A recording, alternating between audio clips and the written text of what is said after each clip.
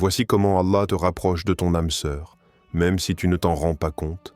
Assalamu alaykum wa rahmatullah. Le cœur attend. Il attend ce regard qui rassure, cette présence qui apaise, cette âme qui marche à côté de la tienne, sans bruit, sans force. Mais ce que beaucoup oublient, c'est qu'avant de rencontrer une personne, Allah te prépare, te transforme, te façonne. Parce que ce lien n'est pas une simple histoire d'amour, c'est un passage sacré vers lui. Aujourd'hui, je vais te partager 5 façons subtiles par lesquelles Allah te présente ton âme sœur. Ce ne sont pas des scénarios hollywoodiens, ce sont des leçons de foi, des signes voilés, des silences chargés de sens. Écoute avec ton cœur. Premier, l'intention avant la connexion. Il y a des rencontres que l'on croit provoquer, et puis il y a celles qu'Allah orchestre en silence.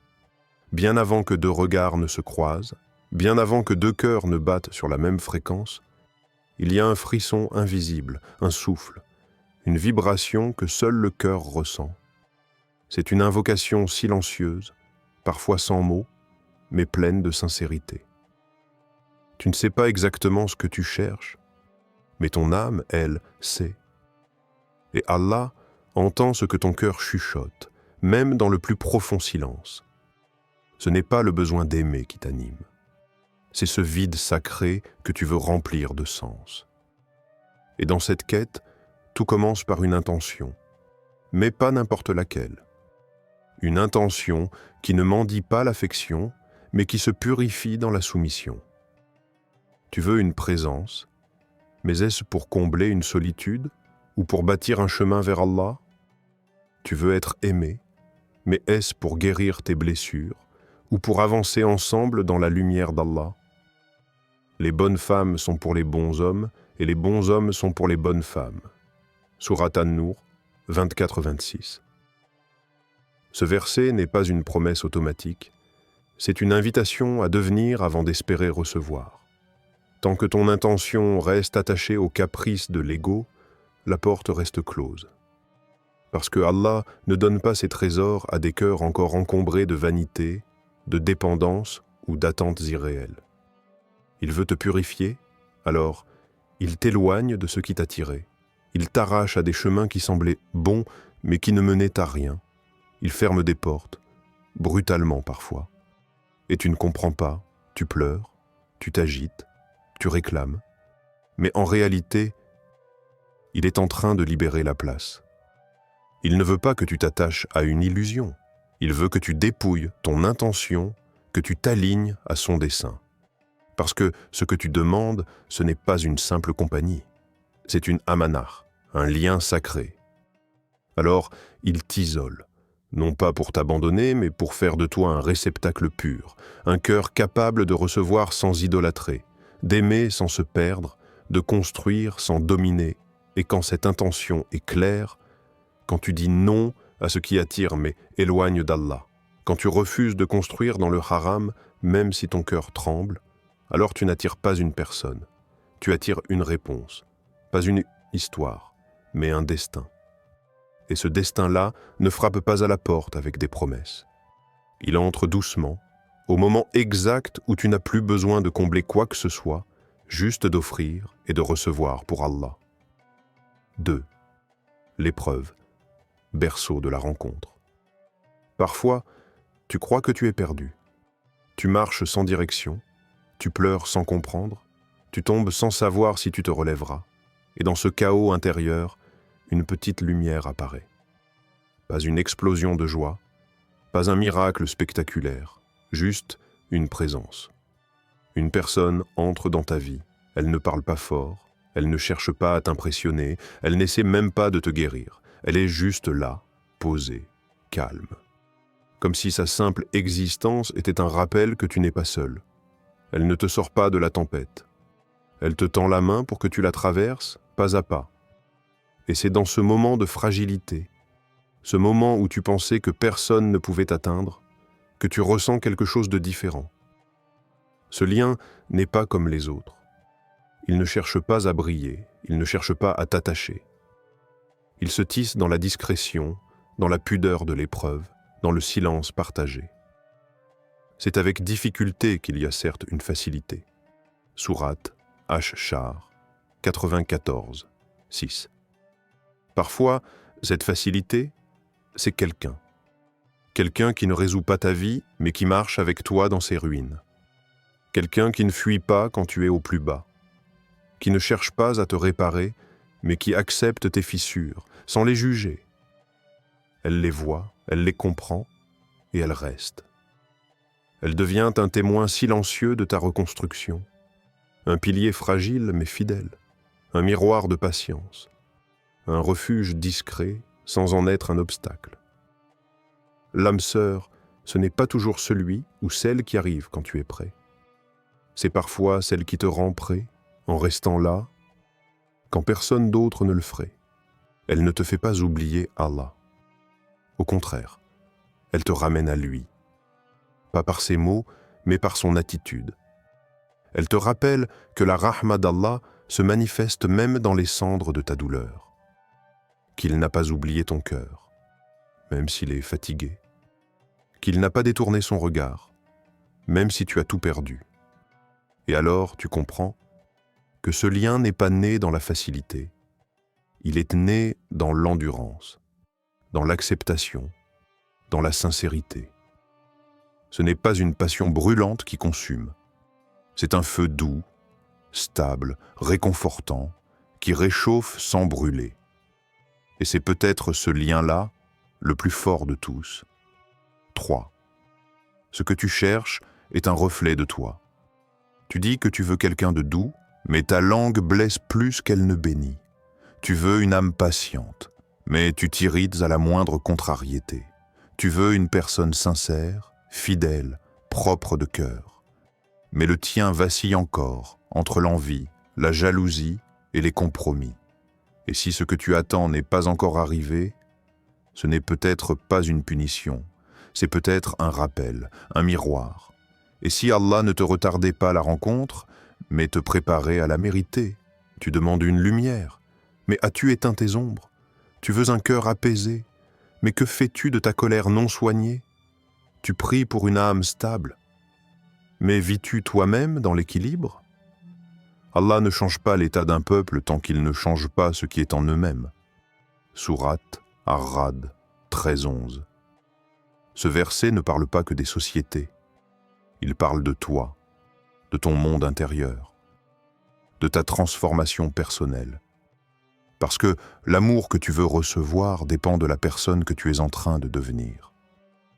L'âme sœur, ce n'est pas une récompense au hasard.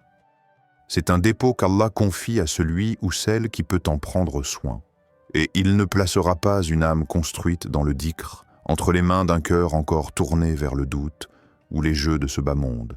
Tu cherches, tu cherches, tu cherches. Mais as-tu pensé à t'arrêter et à te regarder en face? Pas pour te critiquer, pas pour te juger, mais pour guérir, pour purifier, pour réaligner ton cœur à ce que tu veux vraiment. Parce que tant que tu ne changes pas, tu risques de repousser ce que tu demandes. Tu veux une personne qui ne trahit pas. Mais toi, es-tu fidèle dans ta foi, dans ton comportement, dans ton intimité?